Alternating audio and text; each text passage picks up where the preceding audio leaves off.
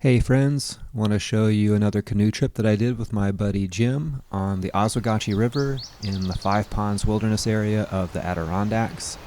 The ultimate destination of this trip is what you see before your eyes right now, this beautiful waterfall called High Falls. We spent a couple of nights at a lean-to shelter on the right side of the river, very close to the falls, and it was beautiful and meditative and restorative, and I will definitely be heading back that way again someday.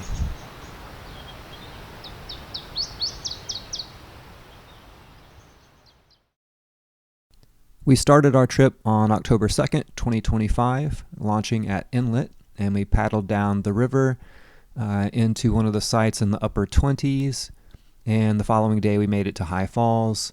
And the day after that, we took a little excursion to the actual Five Ponds of the Five Ponds Wilderness with our pack rafts and paddled Little Shallow Pond. You'll see a video of that further in.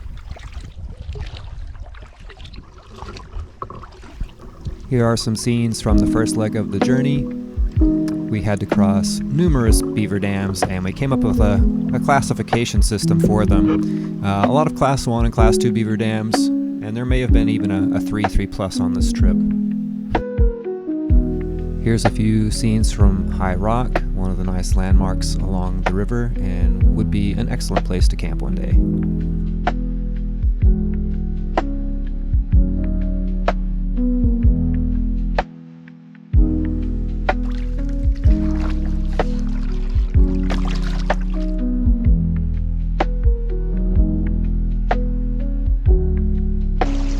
Water levels on the Oswegatchie were at historic lows, according to locals and old-timers that we passed on the river, and there were a couple places where we had to get out and drag the canoe through rocky shallows, but it wasn't too bad.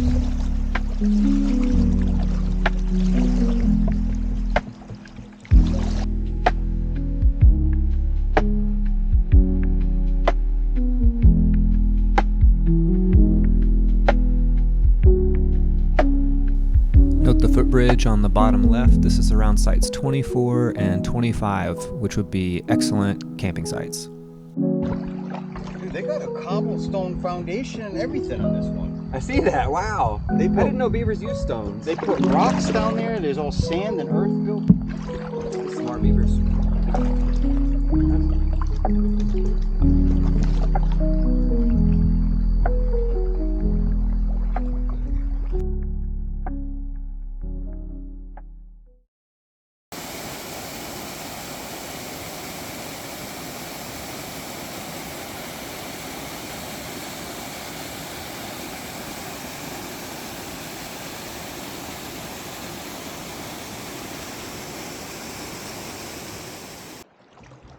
On bottom right, this is me leaving the landing area right before High Falls and walking up to the lean-to shelter where we stayed for a couple nights. I set up my hammock on the opposite side of the river and had a nice afternoon just lounging, staring at the falls, listening to the sound of the water.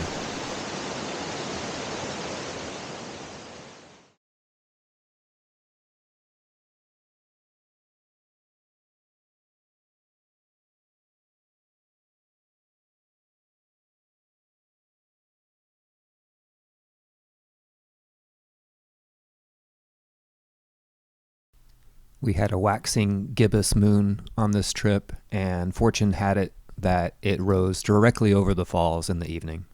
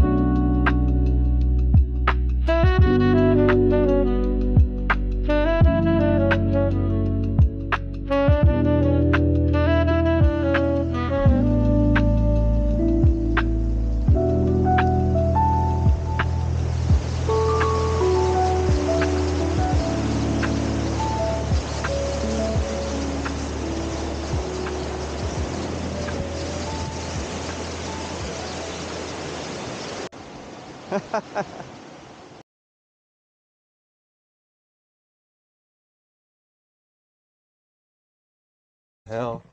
That's badass right there. I need to take this bad boy home. Look how Dude. cool it is. It's not even that rusty, man. Look at tank treads on and everything. Wow. Sorry. That is super cool. On the morning of the third day, we started a 10-mile round-trip hike from the lean-to shelter at High Falls towards the Five Ponds of the Five Pond Wilderness area, following part of the Cranberry 50 trails. Here's some various scenes of us hiking through wetlands and marshland along the trail. Only about 10 to 15 minutes away from the falls, we encountered this very old logging crane that was used to move timber out of this area. Who knows how many decades ago. It's probably well over 100 years old, and seemed to be in pristine condition. No rust at all. It had this beautiful green patina. We first arrived at Big Shallow Pond, which you see on the bottom right there, and note the very bright green algae blooms. We were a little bit dismayed by that, didn't want to get in the water in case it was a skin irritant. It was a beautiful sight with a lean-to just 10, 20 yards away from water's edge, but we decided to bypass paddling Big Shallow and hiked a little bit further to Little Shallow Pond, which is what you're seeing us paddle in our pack rafts on the bottom right.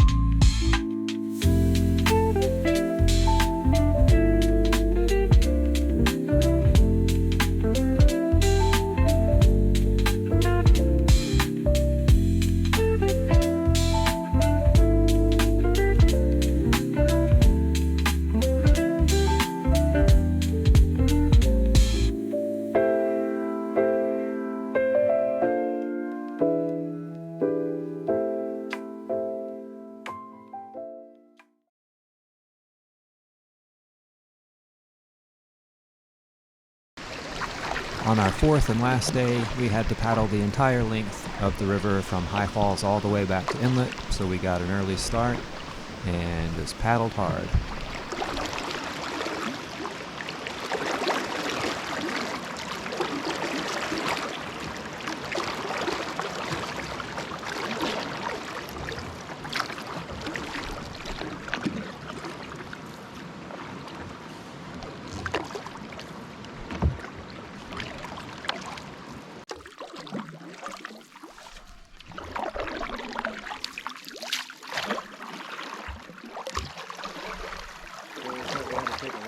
For a second I did.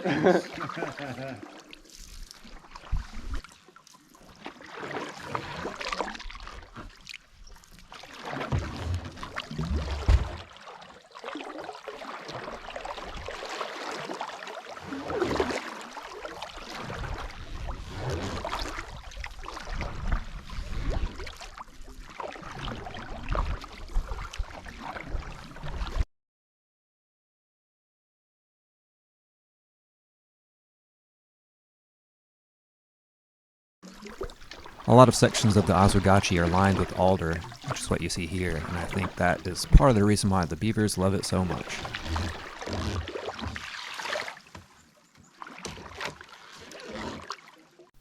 This is the footbridge that we hiked over on our way to the Five Ponds Wilderness, and I think I mentioned before, sites 24 and 25 are on either side of that bridge, and aside from the lean-to shelters on the river, are some of the best sites.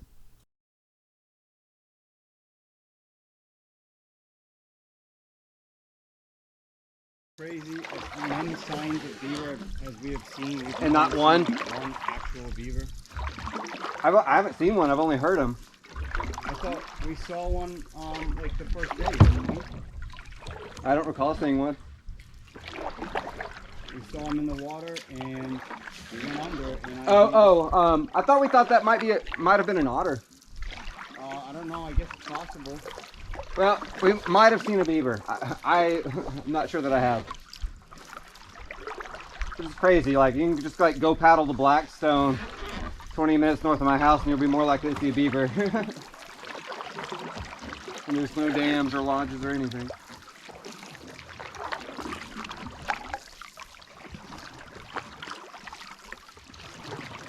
Let's give it scoops on 1, 2, 3 scoop, 1, 2, 3 scoop type thing. 1, 2, 3 scoop. 1, 2, 3 scoop. 1, 2, 3 scoop. The tree was across the river. I remember having to get out and carry it right there. I have no idea how that tree was moved, but it was. Maybe the water got high. Yeah.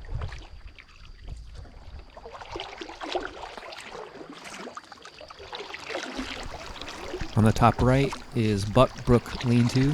We did not get the chance to stay there. This trip it was occupied, but also one of the best possible sites on the river. No, I don't think so.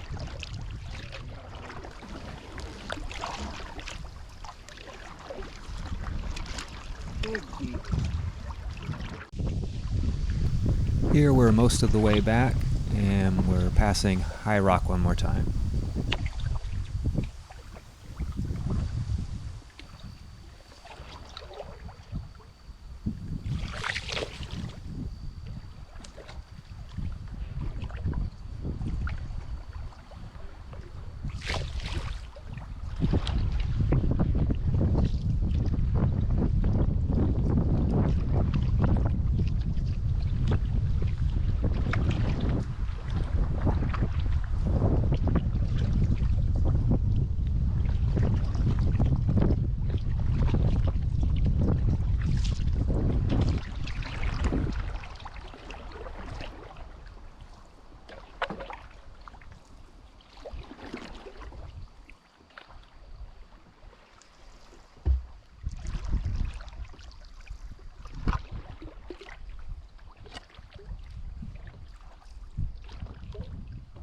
Starving. Me too.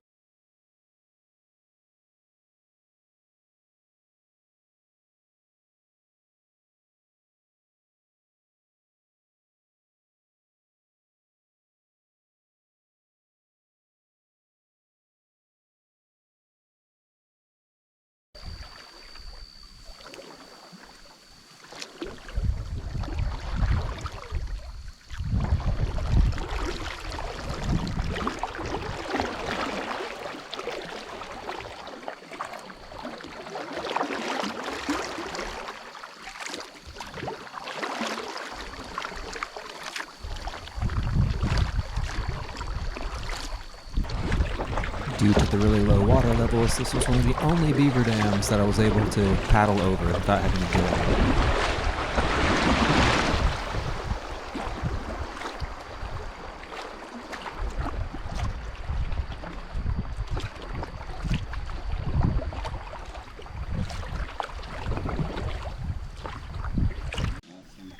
These are the last few paddles of our entire trip as we pull up at the landing point back at Inlet. Say goodbye, and I hope you got something out of the video.